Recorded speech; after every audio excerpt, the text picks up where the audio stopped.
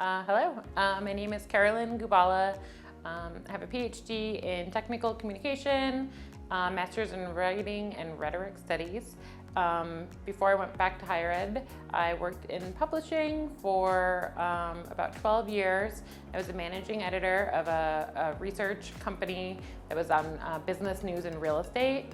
And so I spent many years working in the field on different projects for that company, along with many consulting projects. I've consulted on everything from recipes to scientific journals to academic articles to tons of social media and online marketing content. So I've kind of run the gamut on writing and editing projects in my life. And I've been teaching at the University of California at Davis since 2021, and there I primarily teach technical writing, technical communication, technical editing, and business writing. Sure. Technical writing relies heavily on purpose and audience, and I think purpose and audience have a huge foundation in usability studies.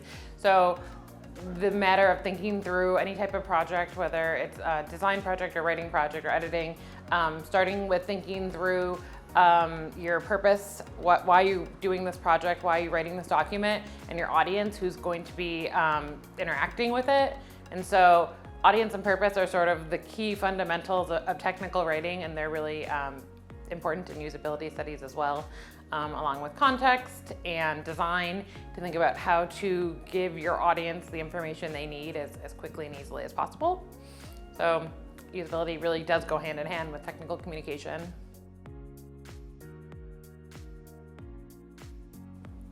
Yeah, building on what I had previously said, usability opens up ways for technical communicators to think through projects.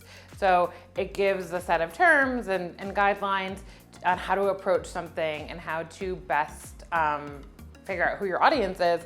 And so usability relies a lot on personas or the human interaction of how to think about the different types of people interacting in a either virtual or physical space. And so it feeds into technical writing and technical communication, in that you're still thinking about kind of like, well, it's a user and usability, and technical communication, it's your audience. And essentially it's sort of the same thing of how you're moving through the process of these different parameters to better situate your, whether it's writing or video or whatever the interface is, with then your user or audience in the end. So they're definitely overlapping and similar concepts that allow you to better prepare your documents and projects with a clear purpose and audience.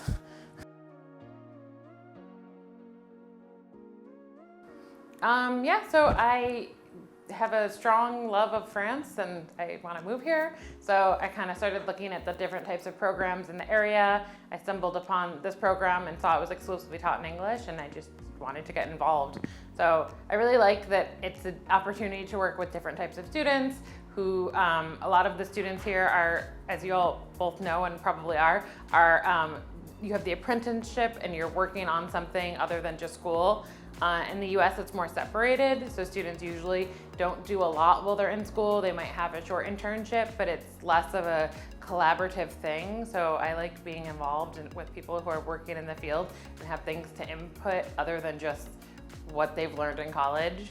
And so that's a little bit, in the US, we really focus on you learn everything first and then you go into the world. And I like that it's integrated here, where people are bringing things back around and it's more circular. And so you can better collaborate and teach each other and collaborate with the instructors as well, rather than it just be an A to B situation. That's what I really like about the schools in France, and especially this program.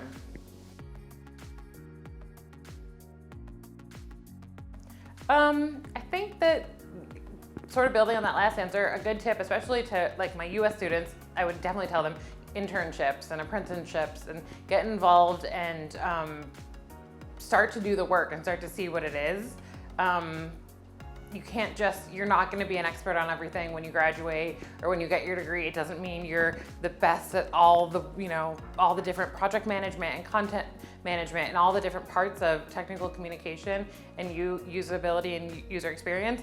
You'll have some experience with them all, and you kind of just have to figure out where you fit in. And I think be willing to take a job that may not seem exactly appropriate at the time, because often that grows into something else. So junior level positions like kind of get you a foot in the door, and then you can figure out if you really like content management or if you really like project management. I've learned over the years, like I used to really be into like the more writing part of it. And over the years, I've kind of transitioned. I was a managing editor for years, and now I'm a project manager on this science called Splash about milk science.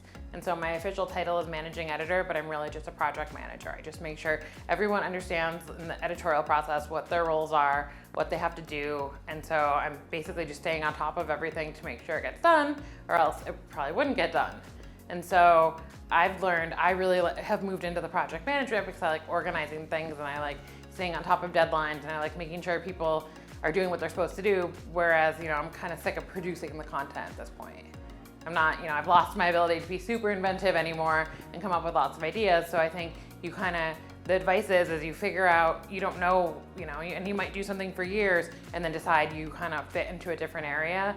And so my advice is to get a job, get a foot in the door, and then try to figure out really what you want to do more of and what you excel at, and then try to craft your career that way, level up.